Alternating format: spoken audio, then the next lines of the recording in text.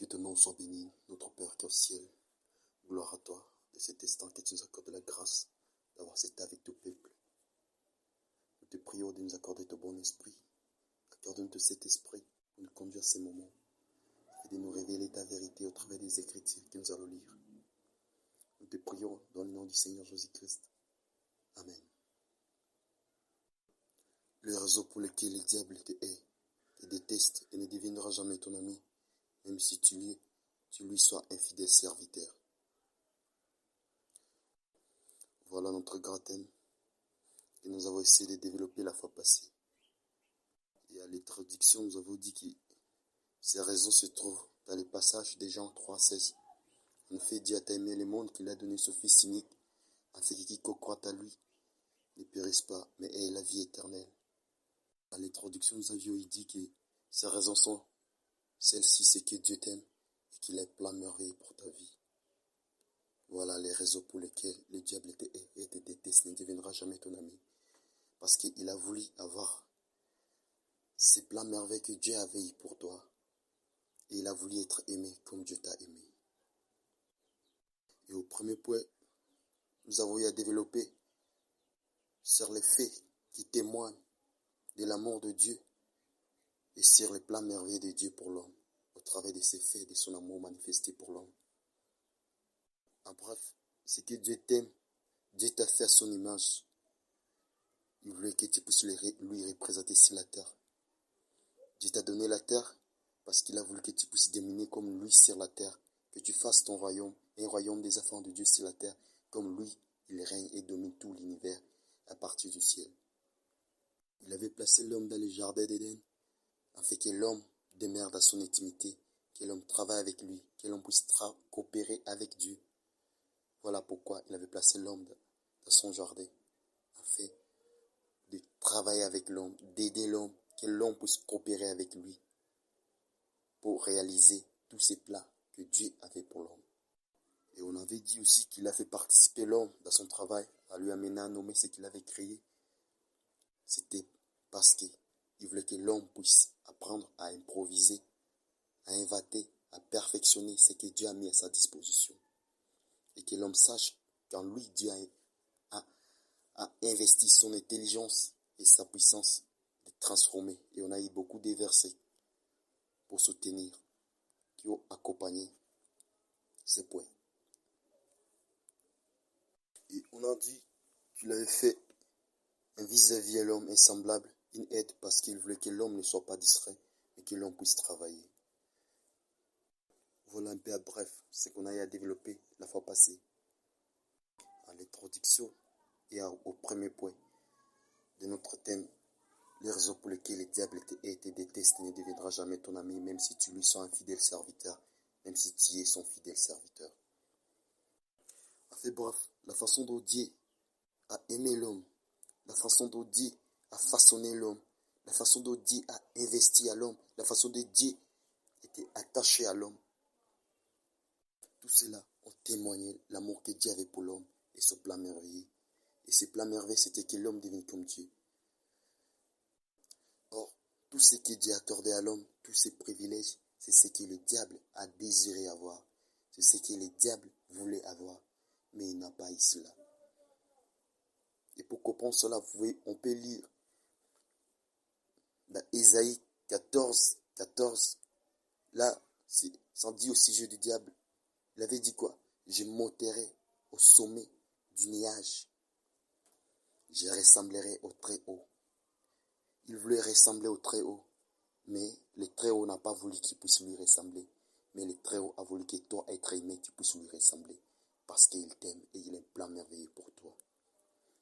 C'est pourquoi même le diable t'invite, te convoite et voulait être ce que tu es. Mais est-ce que tu es conscient de ce que tu es? Est-ce que tu es fier de ce que tu es, ce que Dieu a investi à toi? Comme il ne peut pas avoir ce que Dieu t'a accordé, c'est pour cela qu'il te hait et te déteste. Parce qu'il ne deviendra jamais comme toi.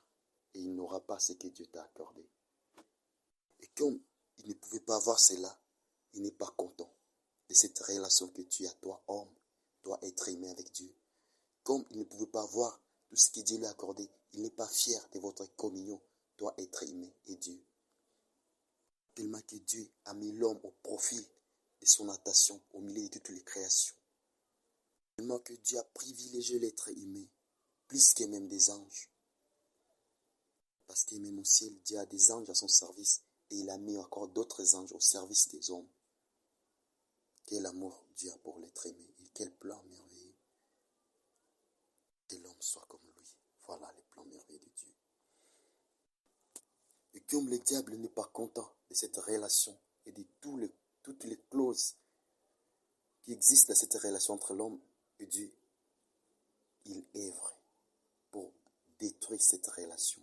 Son œuvre, c'est de détruire cette union entre l'être humain et Dieu, afin de ne pas permettre que l'amour de Dieu puisse se manifester pour l'être humain, afin de ne pas permettre que l'homme puisse jouer de ses plans merveilleux.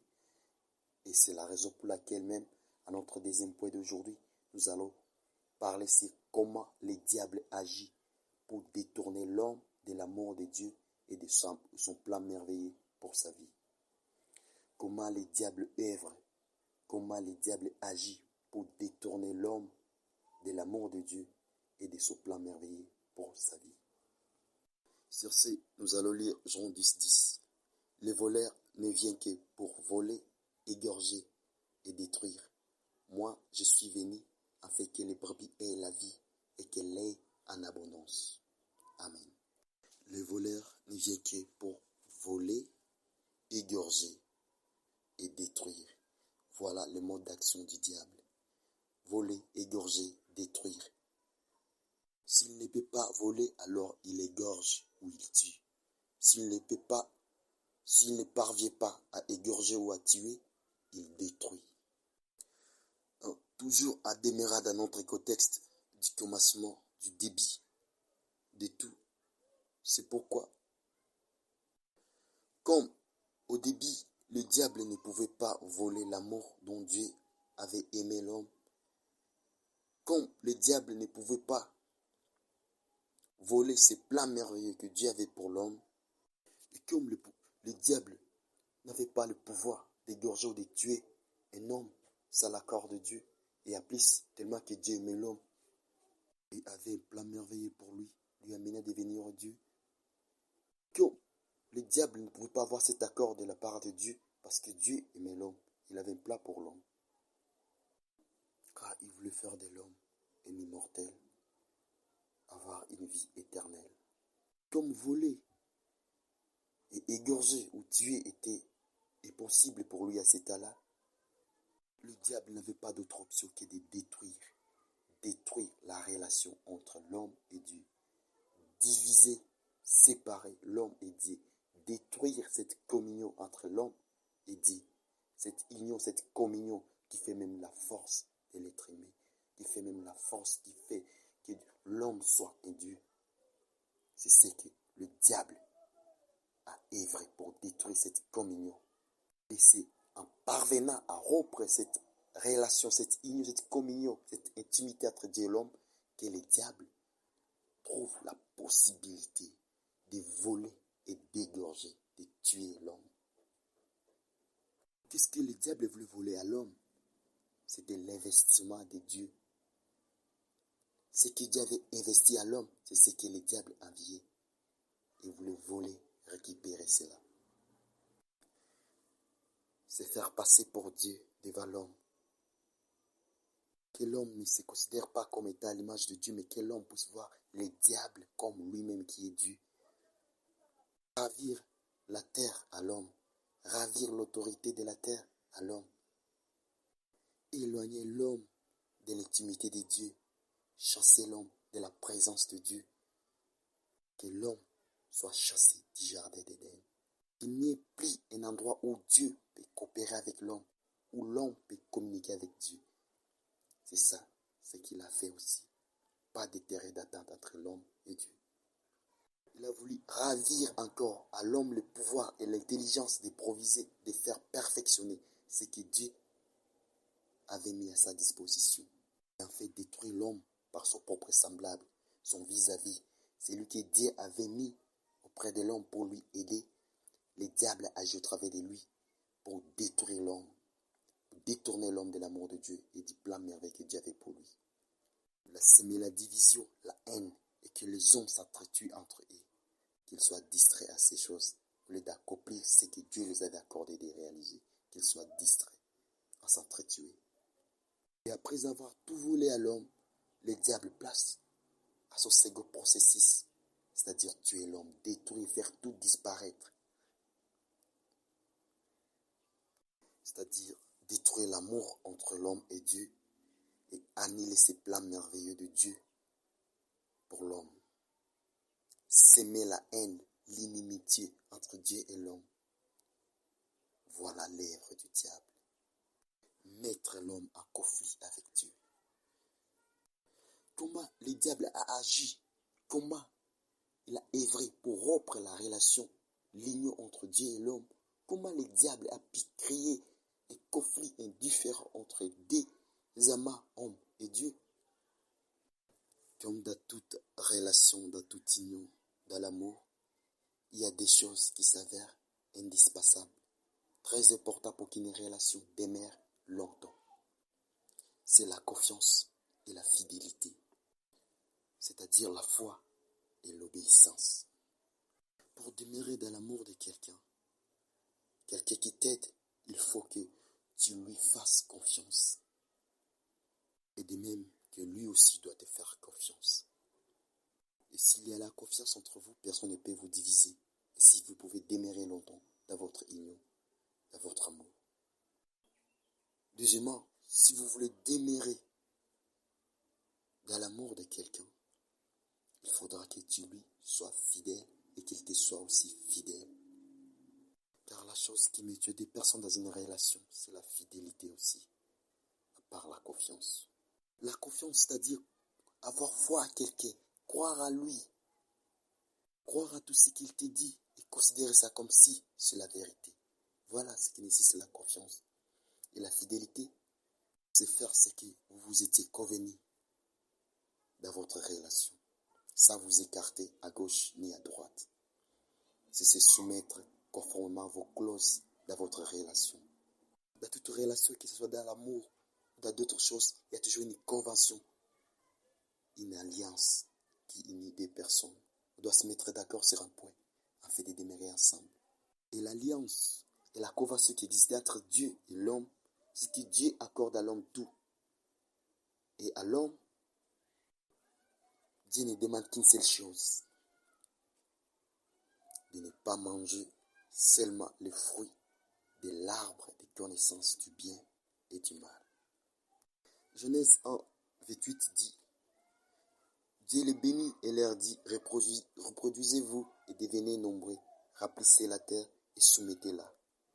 Dieu a donné à l'homme la terre, qu'il domine sur la terre. Il lui a tout donné sur la terre, à sa disposition. Et Genèse 2, 16, 17 dit quoi? L'Éternel Dieu donna cet ordre à l'homme.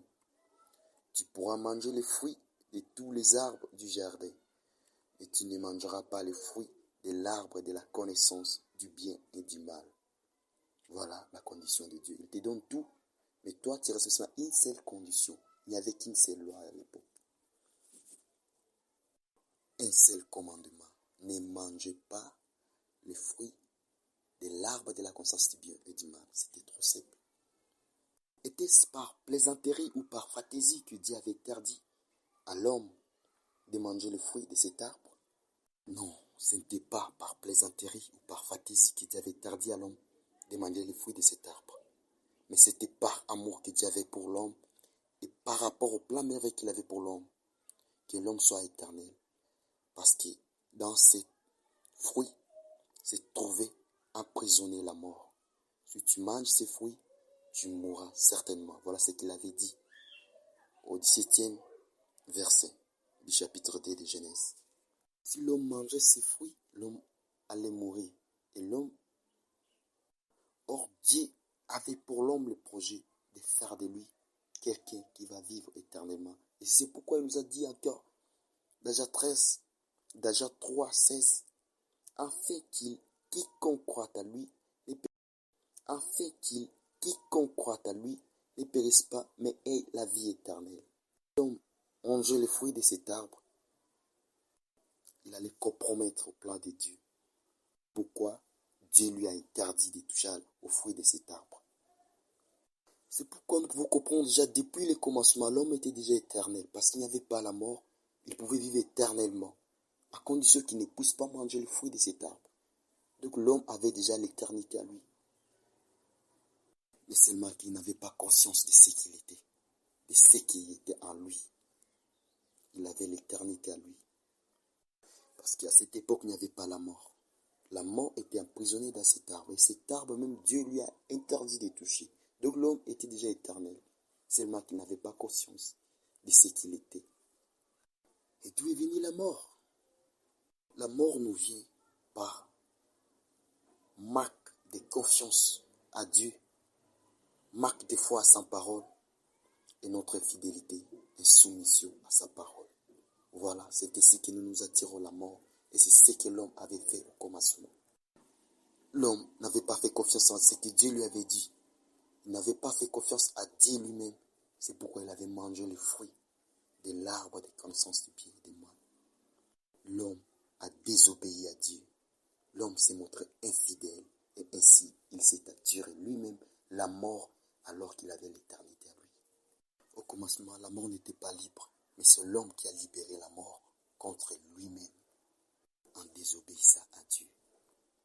Quand on doute de Dieu, quand on doute de sa parole et qu'on cherche à satisfaire nos curiosités loin de Dieu, c'est alors que nous attirons la mort, la malédiction. Or Dieu veut notre bonheur. La confiance et la fidélité dans l'amour accordent la longévité dans cet amour.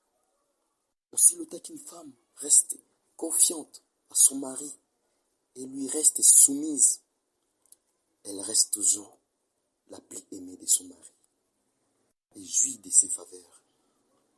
C'est ce que Dieu avait accordé à l'homme, toutes ses faveurs, sauf l'homme lui a trahi.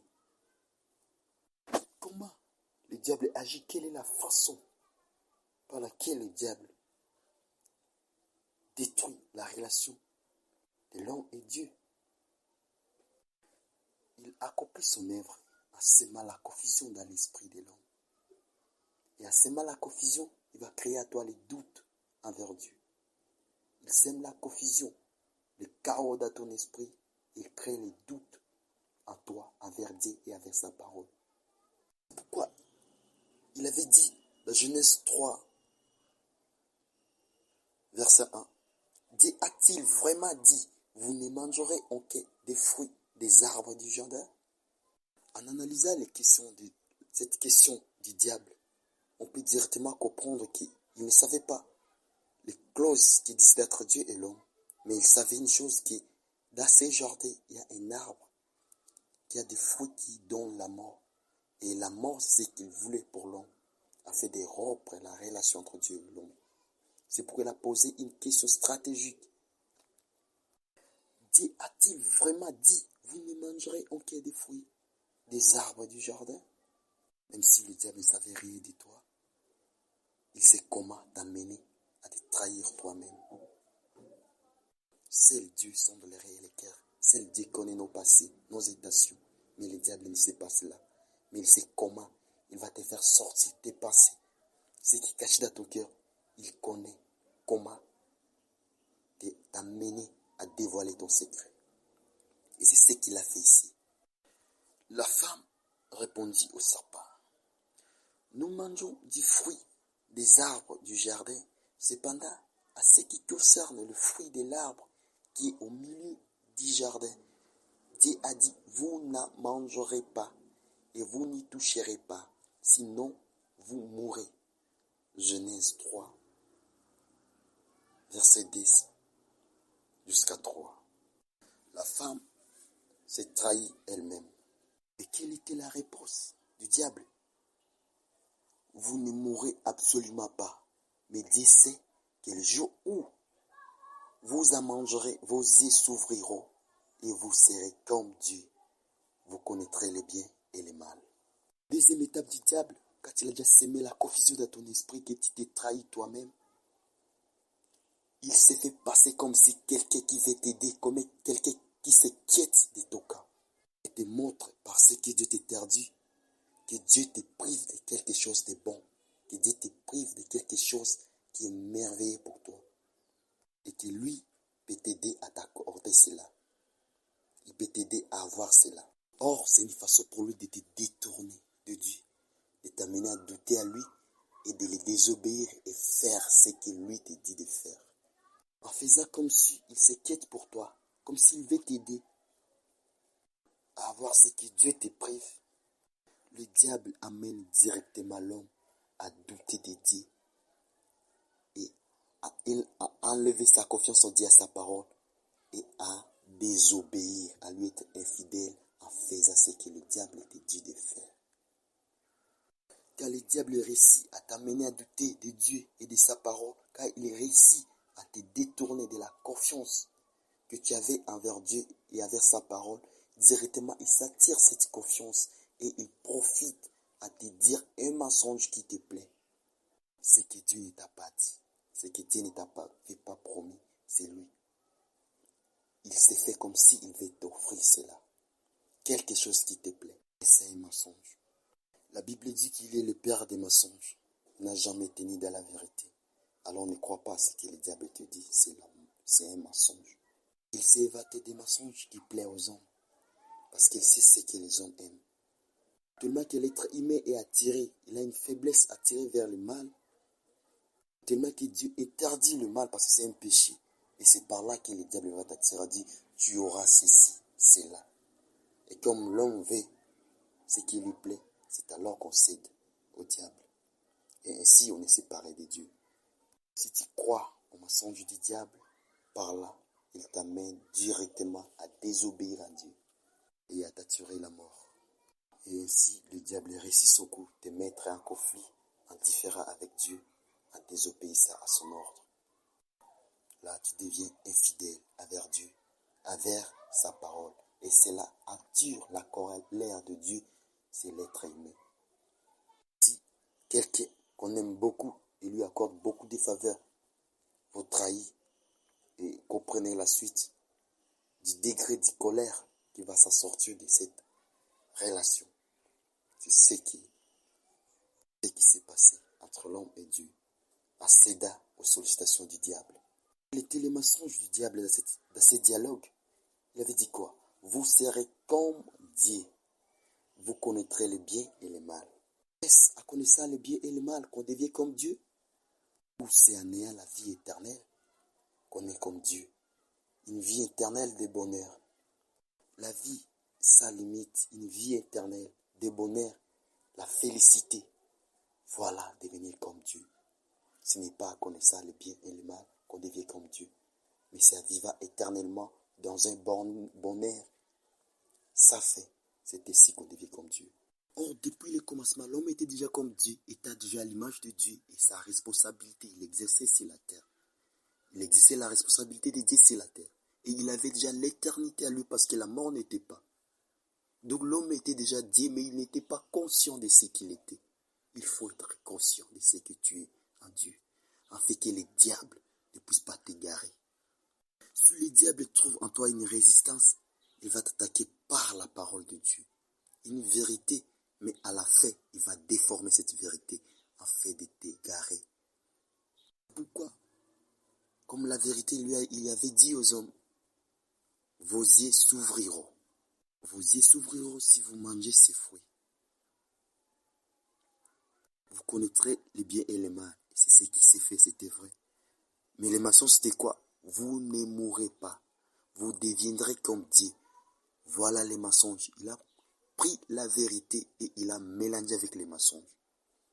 La vérité pour que tu lui fasses confiance et les mensonges pour te détourner de Dieu.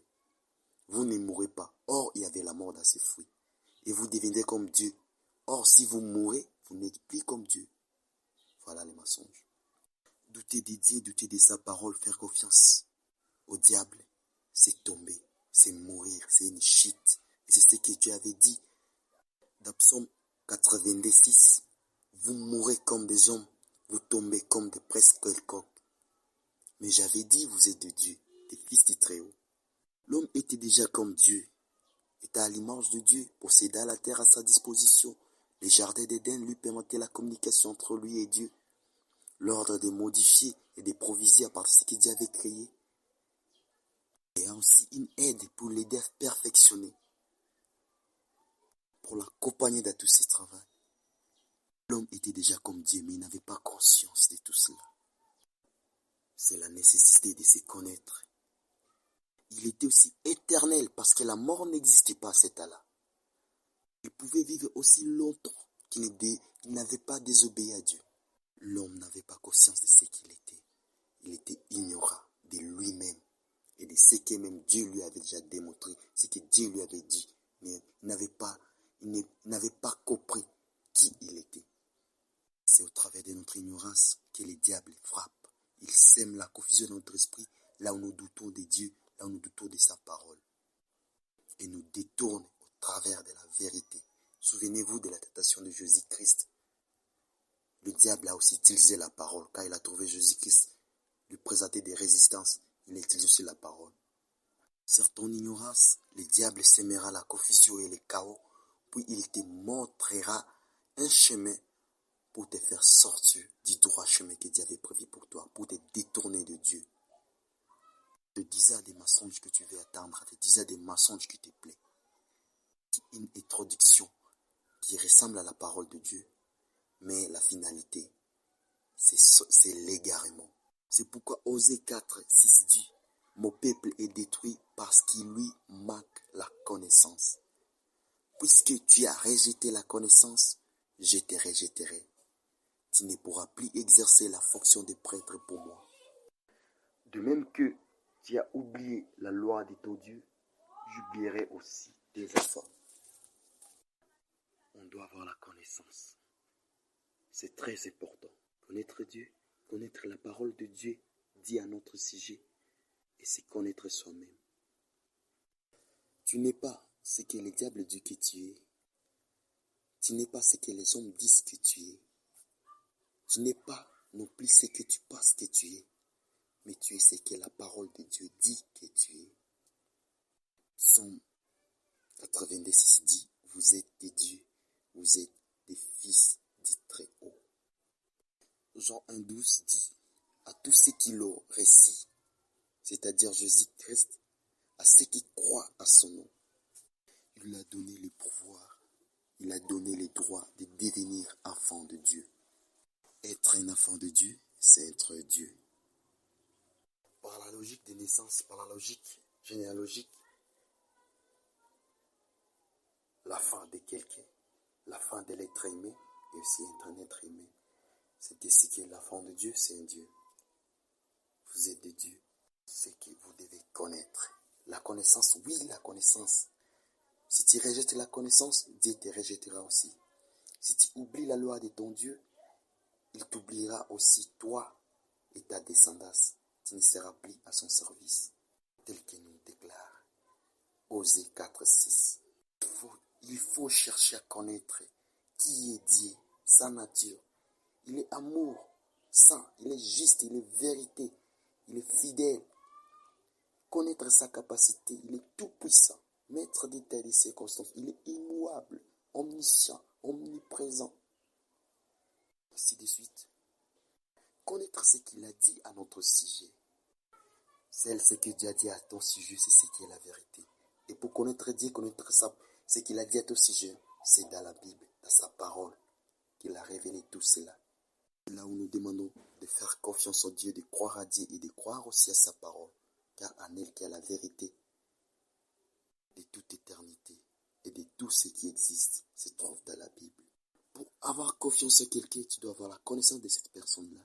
Et c'est ce qui nous demande pour fortifier ta foi envers Dieu. Tu dois lui connaître. Croire à la parole de Dieu. Tu vas croire à quoi si tu ne sais pas ce qu'il avait dit? Tu dois connaître pour croire. Et pour connaître Dieu, Dieu s'est révélé dans sa parole. Et pour ce que Dieu a dit à ton sujet, tout est révélé dans sa parole, dans la Bible. Lisez la Bible.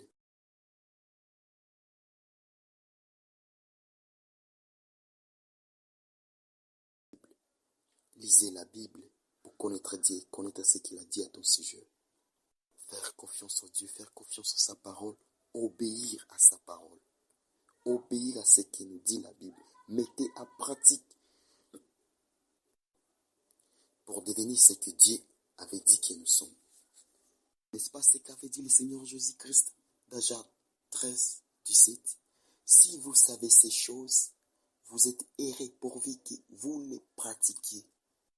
Et Dieu dit dans Deutéronome 5, 29, si seulement ils savaient toujours, si seulement ils avaient toujours ce même cœur pour me craindre et pour respecter tous mes commandements, afin d'être toujours errés et leurs enfants. Respecter tous les commandements de Dieu afin d'être errés, toujours errés. Si on connaît la parole de Dieu, on est erré si on le met à pratique. Adam et Ève allaient demeurer errés s'ils avaient mis à pratiquer Dieu les avait dit de faire. On n'aurait pas souffert ce qu'on souffre aujourd'hui. Si seulement ils avaient obéi, si seulement ils avaient mis à pratiquer ce que Dieu les avait dit. Pour pratiquer, il faut connaître ce que Dieu a dit que tu peux faire et ce qu'il t'interdit de faire. Et pour connaître cela, nous pouvons les découvrir. Et ça n'est que dans la Bible que Dieu a dit tout cela. Les voleurs ne viennent que pour voler, égorger et détruire. Comment le diable agit pour détourner l'homme de l'amour de Dieu et de son plan merveilleux? S'aimer la confusion, le chaos dans l'esprit de l'homme. Par là où tu doutes de Dieu, par là où tu n'es pas sûr de sa parole, là où tu ne fais pas confiance en Dieu, c'est par là que le diable va te frapper. En te montrant comme si Dieu te prive de quelque chose de meilleur. En faisant comme s'il veut se quitter de ton camp. En faisant comme s'il veut t'aider. Il va te dire des choses que tu voudras attendre. Afin de t'éloigner de Dieu. Si tu crois ce que le diable te dit, il va te désorienter, te détourner de l'amour et du plan merveilleux que Dieu a pour toi. Ce que le diable veut, c'est amener l'homme à douter de Dieu et de sa parole. Amener l'homme à lui obéir. Pour cela, il peut même utiliser la vérité tirée de la parole de Dieu. Mais il va mettre à la fin quelque chose qui va te détourner de la volonté de Dieu. Comment vaincre l'attaque du diable? Première chose, croire à Dieu, croire à toute sa parole. Hébreux 6, 18 dit, il est impossible que Dieu mate. Ayez toujours conscience dans votre esprit que Dieu ne ment jamais. C'est impossible pour lui de mentir. Donc il est digne de confiance. Jean 17, 17 dit, ta parole est la vérité. Ayez toujours conscience dans votre esprit que la seule parole de vérité, c'est la parole de Dieu. Ce qui est écrit dans la Bible. Voilà la vérité. On peut même considérer toutes choses comme mensonges, mais considère toujours que la Bible, la parole de Dieu, c'est ça la vérité qui doit être acceptée. Cela va te garder, te protéger des attaques du diable. Connaître Dieu et pour te connaître au travers de ce que Dieu a dit, tu dois avoir l'habitude de méditer les 7 Écritures. Médite la Bible tous les jours. La parole de Dieu habite en toi. Car c'est la connaissance qui soutient notre foi, qui soutient notre croyance. Que tu sais de Dieu et de sa parole, de ce qu'il a dit à ton sujet, c'est ce qui te poussera à faire confiance en toi, à Dieu, et à garder confiance en lui, à demeurer, à persister, peu importe les circonstances. 1 Pierre 5, 9 nous dit quoi? Résistez-lui avec une foi inébranlable. C'est en ayant une foi inébranlable à Dieu et à sa parole qu'on peut résister à l'attaque du diable. C'est pourquoi Jean 3,16 dit, quiconque croit à lui ne périsse pas, mais ait la vie éternelle. Il faut croire, il faut la foi pour ne pas périr à l'attaque du diable. Deuxième chose, il faut obéir à Dieu et mettre en pratique sa parole. C'est ce que Jésus nous a dit dans Jean 13, 17. Si vous savez ces choses, vous êtes errés pourvu que vous le mettiez à pratique. Et Deutéronome 5, 29, comme on l'avait lu déjà avant, ça dit quoi? Si seulement ils avaient toujours ce même cœur pour me connaître, pour me craindre et pour respecter tous mes commandements afin d'être errés et leurs enfants. Jacques 4, 7 dit, soumettez-vous donc à Dieu, mais résistez au diable et il fuira loin de vous. Pour vaincre les attaques du diable, pour lui résister, il faut avoir une foi inébranlable en Dieu et à sa parole. Avoir conscience toujours que Dieu ne ment jamais et seule sa parole est la vérité. Et la deuxième chose, obéir à Dieu, c'est soumettre à Dieu. Ainsi, le diable va s'en aller loin de vous. C'est ce que Jésus-Christ lui-même avait fait lorsqu'il a été tenté par le diable après 40 jours de jeûne. Matthieu 4, verset 1 jusqu'à 11. Là, vous pouvez découvrir comment Jésus-Christ a été le modèle de ce que les Saintes Écritures nous démontrent, comment nous pouvons résister au diable. Il avait démontré la foi inébranlable qu'il avait envers Dieu et la confiance en sa parole, mais aussi la connaissance de la parole, mais aussi la totale disposition qu'il avait de se soumettre uniquement à Dieu. Et c'est ainsi qu'il avait vécu l'attaque du diable. C'est ce que nous devons imiter pour vaincre le diable. C'était par amour et pour le plan merveilleux que Dieu avait pour l'homme, qui lui avait interdit dans le jardin d'Éden, qui lui avait défendu de manger le fruit de l'arbre de connaissance du bien et du mal. Parce que dans ces fruits, il y avait la mort qui était emprisonnée. La mort, la chose qui peut nous séparer de Dieu, de ce plan pour nous. Aujourd'hui, c'est aussi par amour et pour le plan merveilleux que Dieu a pour l'être aimé, qui nous interdit de pécher, qui nous dit de croire en son Fils Jésus-Christ, afin d'avoir la vie éternelle. Dieu nous interdit de pécher, Dieu nous interdit de désobéir à sa parole. C'est parce qu'il sait qu'en désobéissant à sa parole, c'est la mort qui nous atteindra. La mort qui est aussi la séparation d'avec Dieu, tel que nous le dit Romains 6, verset 3. Dieu veut que nous ayons la vie éternelle, que nous devenions comme lui. C'est pourquoi nous dit dans Jean 3,16, croyez en Jésus-Christ pour avoir cette vie éternelle. C'est très important, mon frère. Nous l'avons perdu cette vie au jardin d'Éden par la désobéissance d'Adam et Ève. Mais Dieu veut nous l'accorder encore en son Fils Jésus-Christ. Ce que nous avions perdu au jardin d'Éden. Ce n'est pas en connaissant le bien et le mal qu'on devient comme Dieu, comme l'avait dit le diable à l'homme. Mais c'est en obéissant à la parole de Dieu qu'on devient comme Dieu. L'état déjà à son image, nous sommes déjà par apparence comme Dieu. Il nous reste seulement de mettre en pratique sa parole afin d'avoir son pouvoir, d'exercer son pouvoir, son autorité sur la terre. Que Dieu vous bénisse. Dieu t'aime. Il est plein merveilleux pour toi. Il veut que tu viennes à lui sincèrement. De tout ton cœur, accepte Jésus-Christ comme Seigneur Sauveur. La fin de toutes choses est proche. Jésus vient bientôt. Maranatha.